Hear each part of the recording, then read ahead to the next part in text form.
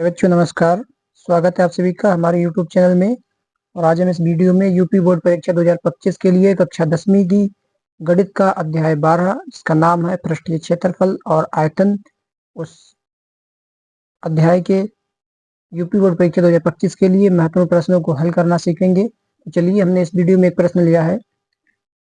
प्रश्न बोल रहा है कि एक ठोस एक अर्धगोले पर खड़े एक शंकु के आकार का है जिनकी त्रिज्याएं 3 सेंटीमीटर है तथा शंकु की ऊंचाई 4 सेंटीमीटर है। इस ठोस का संपूर्ण पृष्ठीय क्षेत्रफल पाई के पदों में ज्ञात कीजिए। और ये प्रश्न यूपी बोर्ड परीक्षा 2022 में आया हुआ है। काफी महत्वपूर्ण प्रश्न है। चलिए, इस प्रश्न को हम हल करेंगे। तो सबसे पहले इसमें जो दिया हुआ है वो हम लिख लेते हैं। मुझे बोल रहा है ये प्रश्न, एक ठोस एक अर्धगोले पर खड़े एक शंकु के आकार का है जिसकी त्रिज्याएं जो है 3 सेंटीमीटर है। तो पहले इसका हम चित्र बनाते हैं।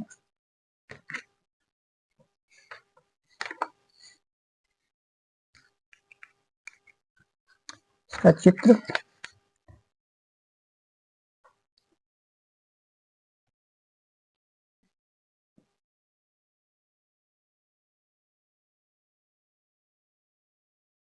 ये अर्धगोला हो गया।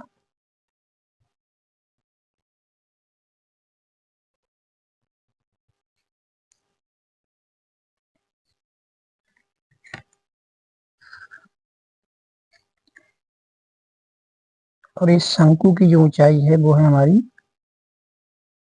4 सेंटीमीटर। इसकी जो त्रिज्या होगी, त्रिज्या कितनी है? 3 सेंटीमीटर। तो इसको हम लिख लेंगे 3 सेंटीमीटर। चलिए, अब हमको जो दिया हुआ है वो हम सब लिख लेते हैं।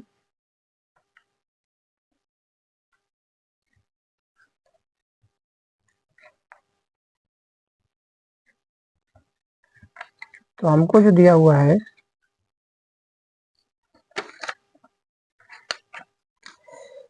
लिखेंगे, दिया है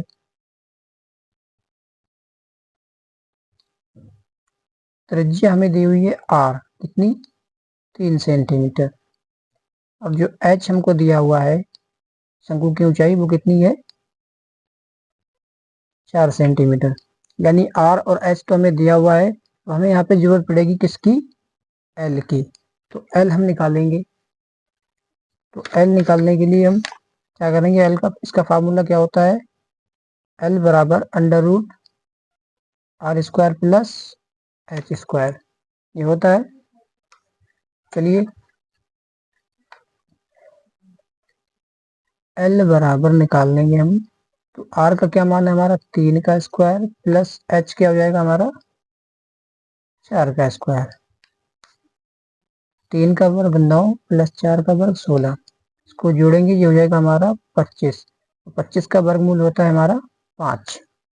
अब हमको क्या बताना है इसमें? हमको बताना है कि भाई इस ठोस का जो संपूर्ण पृष्ठीय क्षेत्रफल है वो हमको पाई के पदों में बताना है। कि जो ठोस है, इस पर जो है एक अर्धगोला जो शंकु के आकार का है, इसका जो है हमको क्या बताना है? संपूर्ण पृष्ठीय क्षेत्रफल पाई के पदों में बताना है। तो देखिए, हम लिख लेंगे तब तो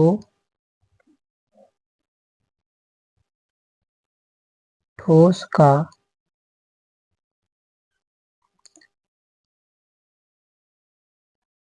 संपूर्ण पृष्ठीय क्षेत्रफल बराबर। तो देखिए, इसमें क्या है? इसमें जो है हमको दिया हुआ अर्धगोला है और शंकु है। तो हम क्या करेंगे? अर्धगोले का वक्र पृष्ठ और शंकु का वक्र पृष्ठ क्या करेंगे? जोड़ देंगे। जो हमारा आंसर आएगा वही उत्तर होगा हमारा। तो चलिए देखते हैं। अब हम क्या करते हैं यहाँ पे, इसको जो इसका फार्मूला बनेगा हमारा अर्धगोले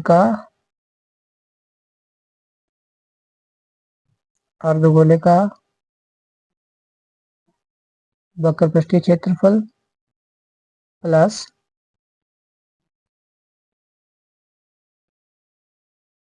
शंकु का वक्र पृष्ठीय क्षेत्रफल।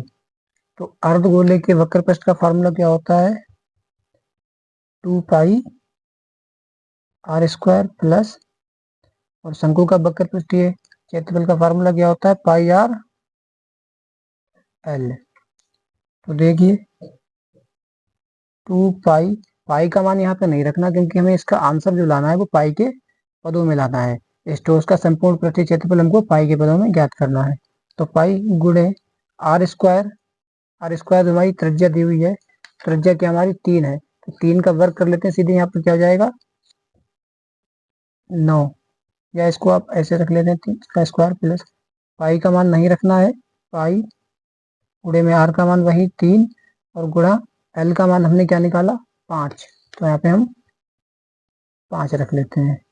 देखिए 2 पाई गुणे 3 3 9 प्लस 3 5 15 पाई, और ये हमारा हो जाएगा 2 9 18 पाई प्लस 15 पाई, और 18 पाई और 15 पाई को क्या करेंगे हम जोड़ लेंगे, तो ये हमारा हो जाएगा 18 और 15 हो जाएगा हमारा 33 पाई सेंटीमीटर स्क्वायर, क्योंकि क्षेत्रफल है, क्षेत्रफल हमेशा स्क्वायर में यानी वर्ग में आता है। ये हमारा आंसर हो जाएगा। नेक्स्ट अगले प्रश्न को देखते हैं। कह रहा है लकड़ी के एक ठोस बेलन के प्रत्येक सिरे पर एक अर्धगोला खोदकर निकालते हुए एक वस्तु बनाई गई जैसा कि आकृति में दर्शाया गया है। ये इसकी आकृति बनी हुई है, आकृति में दर्शाया गया है। यदि बेलन की ऊंचाई 10 सेंटीमीटर, इस बेलन की ऊंचाई जो है वो 10 सेंटीमीटर है और आधार की त्रिज्या 3.5 सेंटीमीटर है, तो इस वस्तु का संपूर्ण पृष्ठीय क्षेत्रफल ज्ञात कीजिए। तो देखिए इसमें एक तो बेलन है और अर्धगोला है, ठीक है, बेलन और अर्धगोला, तो ये त्रिज्या जो है इन दोनों की मानी जाएगी, अर्धगोले की भी और ये बेलन की भी है, और ऊंचाई जो है इसकी वो क्या है बेलन की 10 सेंटीमीटर है। तो चलिए हम लिखते हैं, इसको हल करते हैं। देखिए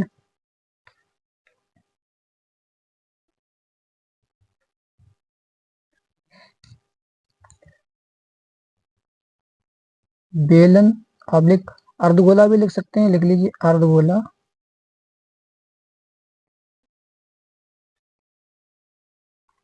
अर्धगोले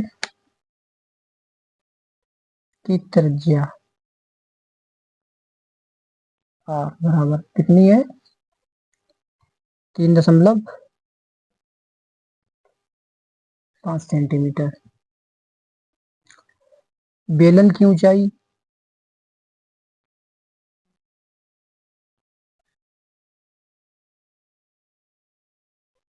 h बराबर कितनी है 10 सेंटीमीटर लिखेंगे। तो हमको क्या बताना है, इस वस्तु के संपूर्ण पृष्ठीय क्षेत्रफल को बताना है।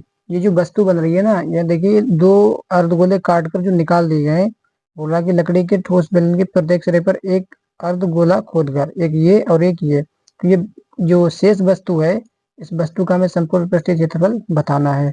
देखिए इस वस्तु का संपूर्ण पृष्ठीय क्षेत्रफल कैसे निकालेंगे, हमने ये अर्धगोले या बेलन कह सकते हैं आप, इसकी त्रिज्या और बेलन की ऊंचाई जो हमको दी हुई है इस प्रश्न में वो हमने लिख ली।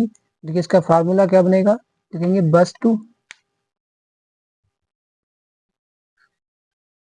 का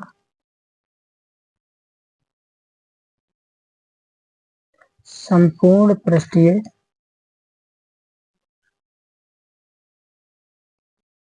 क्षेत्रफल बराबर, तो इसमें क्या है बेलन है और 2 अर्धगोले हैं। हम क्या करेंगे, बेलन का वक्र पृष्ठीय क्षेत्रफल और दोनों अर्धगोलों का वक्र पृष्ठीय क्षेत्रफल क्या करेंगे जोड़ देंगे और हमारा आंसर आ जाएगा। लिखेंगे बेलन का वक्र पृष्ठीय क्षेत्रफल प्लस 2 अर्धगोलों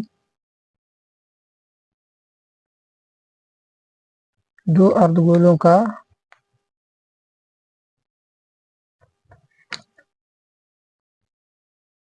वक्र पृष्ठीय क्षेत्रफल। देखिए भाई बेलन का वक्र पृष्ठीय क्षेत्रफल का फार्मूला क्या होता है 2 पाई आर एच प्लस 2, और अर्धगोले के वक्र पृष्ठ का क्षेत्रफल, अर्धगोले के वक्र पृष्ठीय क्षेत्रफल का फार्मूला क्या होता है 2 पाई आर स्क्वायर, ये होता है ना। देखिए भाई, यहाँ से 2 पाई आर क्या होगा, कॉमन निकल जाएगा, अंदर क्या रह जाएगा, एच प्लस 2 आर, ये बचेगा। अब इनके मान रख लीजिए आप, 2 इंटू पाई का मान 22/7 गुणे आर का मान हमें जो है वो क्या दिया हुआ है, त्रिज्या हमारी 3.5, तो हम लिख लेंगे 3.5 और गुणे एच का मान, हमारी ऊंचाई 10 है, प्लस आर का मान वही 3.5 है, तो यहाँ पर 2 आर यानी 2 से गुणा हो जाएगी, क्या हो जाएगा हमारा 3.5 का 2 गुना क्या हो जाएगा 7। चलिए भाई इसको काट लेंगे, 7 पंजे 0.5 पे कट जाएगा। अब देखिए क्या करेंगे यहाँ पे, 2 गुणे 22 गुणे 0.5 गुणे क्या हो जाएगा ये 17। देखिए भैया, 22 दूनी 44, 44 का आधा क्या हो जाएगा 22 गुणे 17। तो 22 और 17 की जब आप गुणा करेंगे तो आपका मिलेगा, चलिए गुणा करके यहाँ पर देख लेते हैं, 22 गुणे 17, 2 सत्ते 14, 2 सत्ते 14 का 7 दूनी 14 का 4, हाथ से लगा 1, और 7 दूनी 14 और 1 15 का 5 गुणे 1 दूनी 2, 1 दूनी 2, 4 5 2 7 और 1 3। हाँ हमें मिलेगा भाई 374, क्या मिल जाएगा 374। हम बात इसकी कर रहे हैं कि हमने क्या निकाला, क्षेत्रफल, तो क्षेत्रफल हमेशा सेंटीमीटर स्क्वायर में होता है। ये हमारा आंसर। आशा करता हूँ आप लोगों को अच्छी तरीके से समझ में आया होगा।